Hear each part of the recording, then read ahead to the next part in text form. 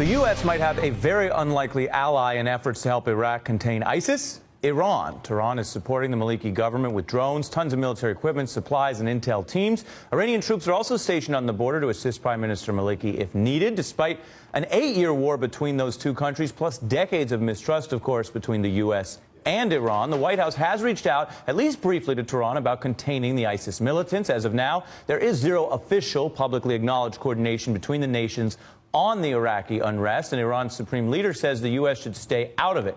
Our next guest, however, says cooperation between the U.S. and Iran is of critical importance. A former ambassador for Iran, Syed Hossein Mousavian, worked in Iran's foreign ministry, advised Iran's powerful National Security Council, and worked alongside Iran's new president, Hassan Rouhani. He's the author of Iran and the U.S., An Insider's View on the Failed Past and the Road to Peace. Welcome to you.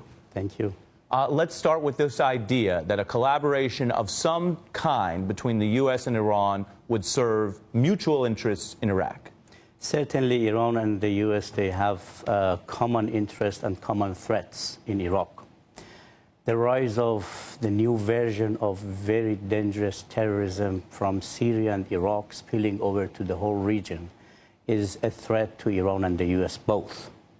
The breakout of civil war from Syria, from Iraq, and later perhaps to Jordan, Lebanon, and even Persian Gulf countries is a matter of concern and threat for both Iran and the U.S. There are a lot of stability in Iraq. Actually, it is about more than a decade that Iran and the U.S., they are supporting the same government. And the collapse of the government, the collapse of the state, the collapse of Iraqi nation is not what Iran and the U.S. are seeking. However, I believe neither Iran can manage the Iraq crisis nor the U.S. And even if Tehran and Washington go for comprehensive cooperation, I believe they would not be able to manage the crisis because it's so wide and deep.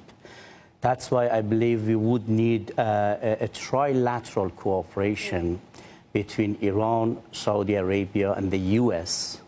And then we would need to invite a regional power, another regional power, Turkey, and another international power, Russia, to join in order to create a regional international mechanism to combat terrorism in whole region. This is not only Iraq, this is Afghanistan, this is Syria, and the other countries. Well, and it's hard for many people to acknowledge and to accept the fact that we need at least some sort of a relationship with Iran to fight terrorism. There's obviously a huge mistrust that still exists. And you talk about the misconceptions that Iran has with the United States. What are these misconceptions, and how important is it that we start to change some of those?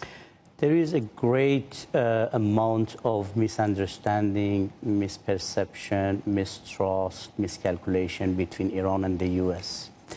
Iranians and Americans, they have been experiencing for over 3 decades one of the most dysfunctional relations during the modern history. However, as Kissinger said once, you can rarely find two countries like Iran and the U.S. with common interests. And this is what a famous sentence from Henry Kissinger. And he is right. I mean, the security of energy, fighting drug trafficking, stability in Afghanistan, stability in Iraq, preserving the state system in Middle East,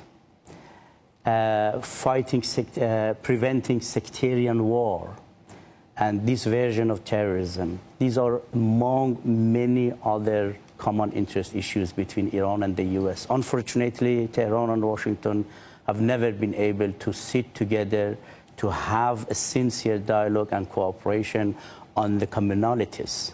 They have been fighting with each other for over 30 years on disputes. Right. Well, and the roots, at least some of the roots of that mistrust was U.S. involvement through the CIA in a coup d'etat which installed the Shah. You say that coup d'etat is the single most pivotal event in shaping Iran-U.S. relations for decades to come. How much does that event still hang over U.S.-Iranian relations? You mentioned one of the most important reasons of Iranian mistrust, but I should say a quarter-century support of the U.S. for a dictator, Shah, in Iran, is the second. The U.S. support for Saddam Hussein invading Iran for 8 years, third. And the latest is orchestrating the most comprehensive unilateral, multilateral sanctions against Iran. We have had covert war, intelligence war, economic war, political war. However, Americans also, they have their own grievances from hostage-taking after revolution, 52 Americans for 444 days. And undermining the U.S. interest in the region, and a lot of other issues which I have discussed in my book. I believe the two countries, they have to recognize the grievances. They should be ready to start a comprehensive, sincere cooperation on the commonalities in order to create confidence.